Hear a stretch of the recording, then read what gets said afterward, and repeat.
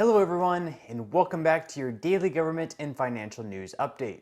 As always, I'm interested in hearing your thoughts on everything, so make sure to give this video a like, but also leave a comment giving your thoughts on everything that is currently going on. Okay, so starting things off, very sadly over in Highland Park, Illinois, we had yet another mass shooting where a person decided to start openly firing at an Independence Day parade. Now, thankfully, the person who I will not name in order to not give him any additional attention he's probably seeking was later taken into custody, but not before 6 people were found dead and 24 more injured. From our federal partners, Highland Park Police, Lake County Major Crime, doing an incredible job. They've processed a significant amount of digital evidence today, which helped lead investigators in this direction. So calling somebody a suspect or person of interest, it's really synonymous, okay? So this individual is believed to have been responsible for what happened, and the investigation will continue. Charges have not been approved yet at this time, and we're a long way from that. There's still a long investigation, and there are a lot of efforts that are going to continue tonight. So, even though his social media pages were quickly taken down, it's being reported that he posted videos appearing to threaten to shoot people, and he also had footage of himself in his bedroom where he had newspaper clips of Lee Harvey Oswald. Additionally, he had a video titled "Where is Everyone?" in August of last year, where an emergency alert system can repeatedly be heard playing as he's riding in the back of a vehicle, apparently on the exact street as the parade route. So it would seem like this was perhaps a plan with at least 1 year in the making. So an absolutely tragic event that you just hate to see happen. Meanwhile, on a lighter note, Joey Chestnut ate 63 hot dogs and won the Nathan's Hot Dog Eating Contest for the 15th time, but not before this happened.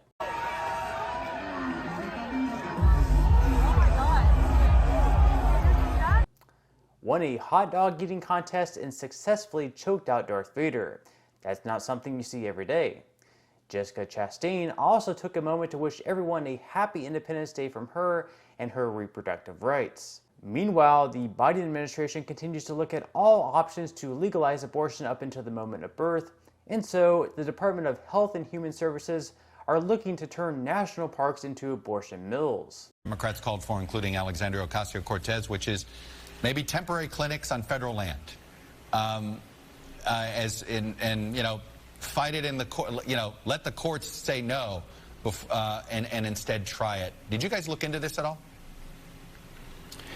I think we're continuing to explore everything that's out there. The difficulty is that simply because it's an idea doesn't mean it can go out into practice. And so what we want to make sure is we can put things out into practice, because you have people who are right now in need of abortion care services. So we're going to do what we can to give people something as quickly as we can. Even if it may not be everything they like, we want to make sure we're providing everything we can. Additionally, using federal taxpayer dollars for abortion transfers between states is also being explored. You said something to my colleague Kate Snow that about transporting women to other states was something that maybe HHS would take the lead on and help with officially. Have you looked into that, and can you legally do it?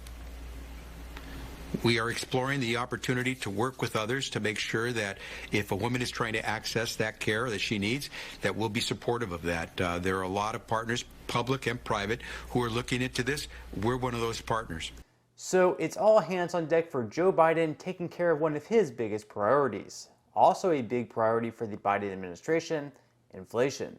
Whether or not we're currently getting that under control, we won't know until July 13th, as that's when the inflation report for June will be released. The year-over-year report for May showed an inflation rate increase of 8.6%, the highest since 1981. Of course, that's not even counting the price of things such as gasoline, and if it did, it would even be higher. And according to predictions from analysts at Kiplinger, the inflation rate is expected to stay at the same level in June and will eventually peak at about 9% by the end of summer, before gradually seeing a decline to 8% by the end of this year. That's pretty high. At some point next year, they do predict a drop to 3 to 4%. We don't know when though, but they also believe that gasoline and heating costs are likely to stay high for a good long while. Now, when President Biden was asked how long it's fair to ask American drivers to pay for $5 to $7 gas, the president replied, "As long as it takes." How long is it fair to expect American drivers and drivers around the world to pay that premium for this war?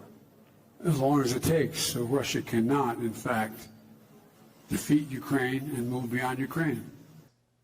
Not sure if that's the strongest midterm message he could have given. Okay, now moving on to some news regarding stimulus checks. Over in Ohio, the stakes in the race to become the next governor of Ohio just became much larger, with Mike DeWine facing off against the Democratic candidate Nan Whaley. Now, Whaley is currently proposing a $350 rebate to individuals or $700 for joint tax filers if she is voted to become the next governor of Ohio. In a statement, she said Governor DeWine should be doing everything in his power to help ease those costs of inflation as corporate profits soar, yet we've seen time and again he's more interested in taking care of his special interest donors and friends. When I'm governor, Ohio's families will be my top priority. That's why I'm proposing an inflation rebate of $350 per person or $700 per couple for middle-class Ohio residents to offset high gas prices and other rising costs. So how likely are these stimulus payments to become reality in the state of Ohio? Well, at the moment, the most recent polling has Mike DeWine a big favorite over Whaley, with DeWine receiving 45% of the vote and Whaley just 30%. Furthermore, even if Whaley did somehow defeat DeWine, which is unlikely to happen, the state House and Senate would still need to pass a bill to her desk, and right now the state is also controlled by Republicans by an overwhelming majority. Since Republicans have been opposed to additional money flowing to the hands of Americans due to the fact that this has only caused inflation to get hotter, it's unlikely that even with Whaley as governor, she would be able to pass another stimulus payment for the state. So, in my eyes, the possibility for Ohio residents to receive another stimulus payment of either $350 or $700 is extremely unlikely. Okay, now moving on to some money news where the market opens up yet again today after being closed for the 4th of July holiday. Over the last 5 days, both the S&P 500 and the Nasdaq have dropped nearly 2.5%, and year-to-date, both are down by over 20%. With investors hoping the market can begin to show signs of turning around in the second half of the year, the markets opened today with the Dow Jones down 0.61%, the S&P 500 futures down 0.69%, and Nasdaq futures down 0.86%. Additionally, the Fear and Greed Index is still in extreme fear, as it's very possible that we're currently in the middle of a recession. Bitcoin is currently sitting at just below $20,000 per coin, and it's been showing support in the $19,000 range. After we saw a huge drop at the start of last month in June, where it previously sat in the $30,000 range before dropping all the way to the mid-17,000s, it's since had a pretty flat line. So it should be pretty interesting to see if the bottom is already in for the stock market as well as Bitcoin, and if it's all up from here, or whether we still have a bit further south to go. In any case, prices are at a pretty good discount at the moment, so it's definitely not a bad time to either start investing or continue to dollar cost average down to take advantage of these great prices. So with that said, if you're seeing this and you would like to receive 6 stocks at no cost to you, in the comment section below, I will pin a comment with a link where you can gain 6 free stocks from Webull. Now, what you'll need to do once you click the link is to first open an account. Then, once you have your account open, you will need to make a deposit of at least 1 penny.